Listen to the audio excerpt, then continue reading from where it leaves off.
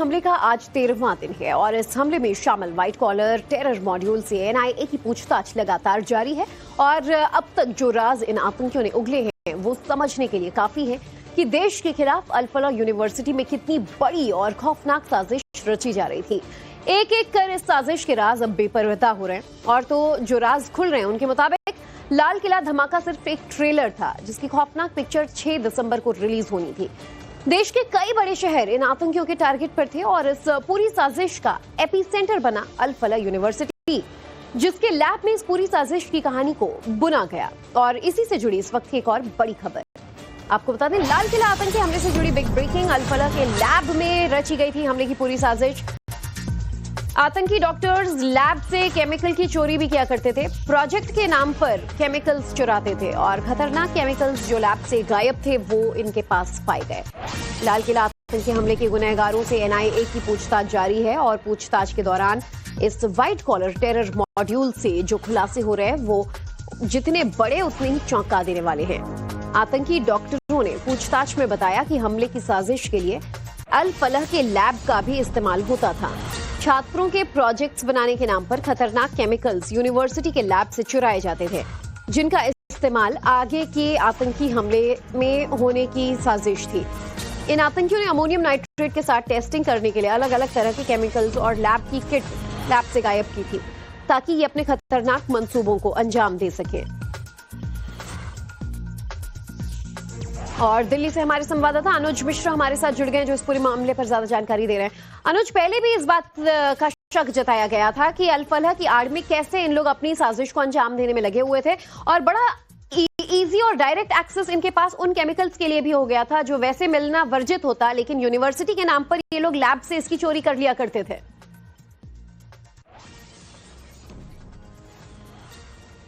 जी बिल्कुल, और निश्चित तौर पर चूंकि ये यूनिवर्सिटी में इनका एक्सेस था और खासतौर पर डॉक्टर मुजम्मिल की बात की जाए तो सीनियर डॉक्टर था और जिस तरीके से ये बात सामने आई जांच के दौरान कि डॉक्टर मुजम्मिल, डॉक्टर उमर और डॉक्टर शाहीन ये तीनों जो है मेडिकल पढ़ाई और कहीं ना कहीं जो टेस्टिंग होती है उसके नाम पर, प्रोजेक्ट के नाम पर ये लैब से केमिकल चोरी किया करते थे। न सिर्फ अमोनियम नाइट्रेट बल्कि इस कुछ और केमिकल ये वहां से निकाला करते थे और बाकायदा इस बाबत सबसे बड़ी चौंकाने वाली बात ये थी कि जो क्वांटिटी ये निकालते थे, इतना क्वांटिटी निकालते थे ताकि किसी को शक न हो और इसकी एंट्री जो है वो भी नहीं होती थी, क्योंकि इनका ये कहना होता था कि ये प्रोजेक्ट के नाम पर ये वहां से ले जा रहे हैं। तो जाहिर तौर पर न सिर्फ अमोनियम नाइट्रेट बल्कि केमिकल और इस केमिकल को टेस्ट करने वाला जो किट होता है वो भी ये वहां से निकालते थे और इसी के जरिए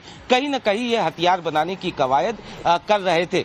जाहिर तौर पर पूछताछ के दौरान चूंकि इस पूरे मामले में एनआईए और बाकी जांच की तफ्तीश कर रही हैं, जब लैब के जो इंचार्ज होते हैं, लैब के जो तमाम वो लोग जो कि वहां की सिक्योरिटी का जिम्मा जिनके कंधों पर होता है, उनसे भी इस बाबत जब पूछताछ की गई थी तो पता चला कि इसकी कोई एंट्री नहीं है। यानी साफ तौर पर इस तरीके से लैब से केमिकल चुराया जाता था ताकि इसकी भनक किसी को न लगे और इसकी आड़ में ये एक बड़ी साजिश को अंजाम देने की कवायद कर रहे थे, जिसके तहत इस केमिकल का इस्तेमाल वो कहीं न कहीं विस्फोटक बनाने में कर रहे थे। बहरहाल एनआईए जो है अब इनसे पूछताछ कर रही है और न सिर्फ अल-फलाह यूनिवर्सिटी के जो लैब के कर्मचारी थे बल्कि अल-फलाह यूनिवर्सिटी के कई सारे कर्मचारियों से इस बाबत पूछताछ की गई है, जिसमें कई सारी चीजें जो हैं वो सामने आई हैं। जी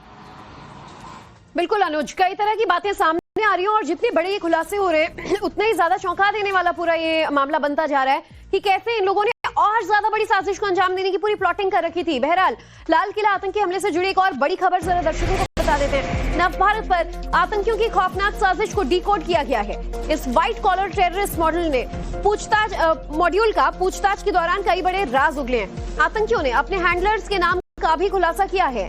तो इनका हैंडलर कौन था, इनका आका कौन था, बॉर्डर पार बैठे किससे ये साजिश जो है वो लिया करते थे आदेश और साजिश को अंजाम देते थे, इन तमाम बातों का खुलासा एनआईए की पूछताछ में इन गिरफ्तार डॉक्टरों ने किया है।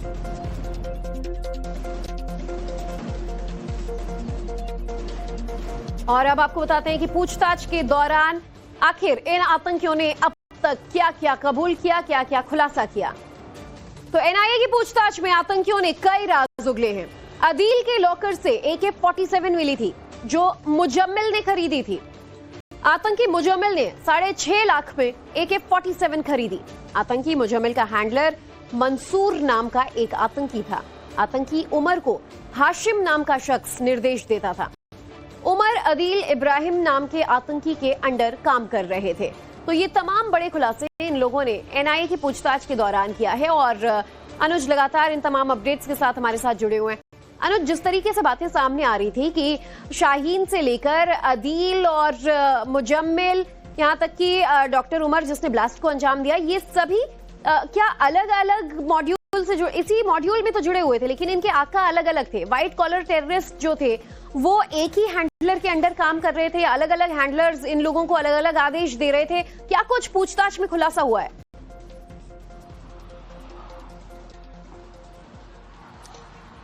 जी देखिए, 2022 में बात किया जाए तो चाहे आदिल और मुजफ्फर और तीसरा जो शख्स था मुजम्मिल, ये तीनों जो हैं तुर्की गए थे और ओकासा के निर्देश पर ये तीनों तुर्की गए थे, जिसके बाद इन्हें अफगानिस्तान भी भेजा जाना था, लेकिन बाद में 5-6 दिन बाद मना कर दिया गया था। ओकासा से ही सबसे पहले ये संपर्क में आए थे। जहां तक ओकासा की बात किया जाए तो ओकासा तहरीके तालिबान पाकिस्तान से उसका रिश्ता है और ओकासा से टेलीग्राम चैनल के जरिए इनकी बात हुई थी, जिसके बाद इन्हें इनके हैंडलर के बारे में बताया गया था। जांच के दौरान इन लोगों ने जो बताया उसके मुताबिक मुजम्मिल का जो हैंडलर था वो मंसूर था, जबकि उमर का हैंडलर जो था वो आसिम था। इतना ही नहीं, दोनों इब्राहिम नाम के व्यक्ति के अंडर में काम करते थे।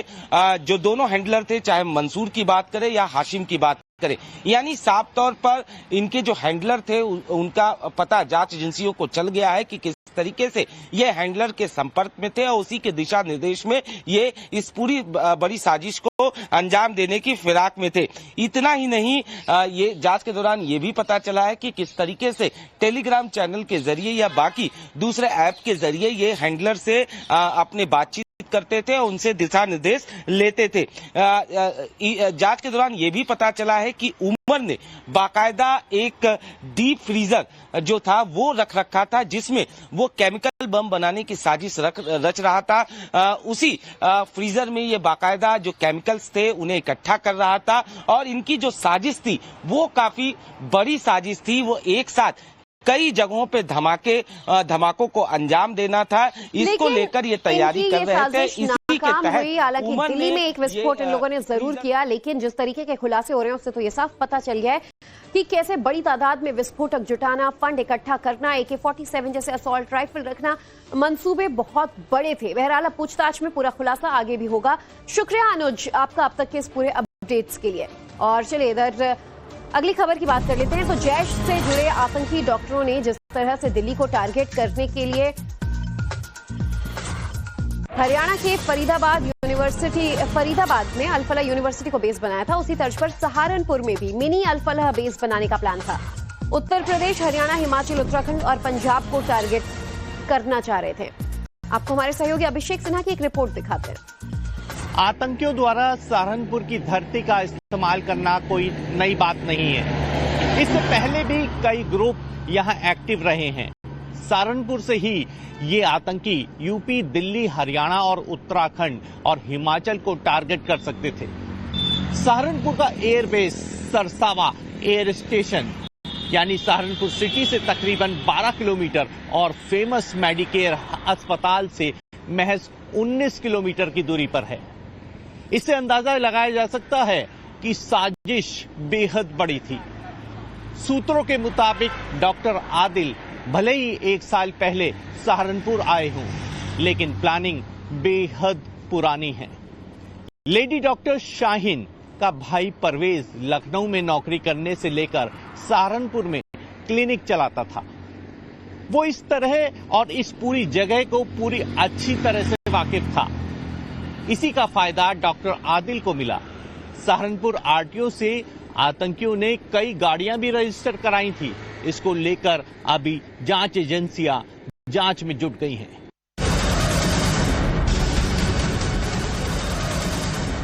और इस वक्त एक और बड़ी खबर आपको बता दें, जम्मू में ड्रग माफिया पर बड़ा एक्शन हुआ है। जम्मू के बिश्नाह में बुलडोजर एक्शन हुआ है।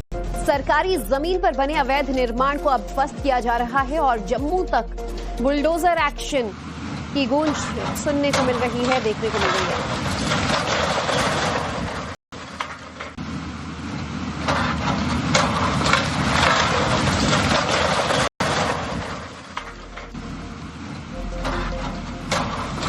एक्सक्लूसिव तस्वीर जम्मू से आपको दिखा रहे हैं, जहां देखिए जो ड्रग माफिया हैं इनके खिलाफ कैसे ताबड़तोड़ एक्शन लिया गया और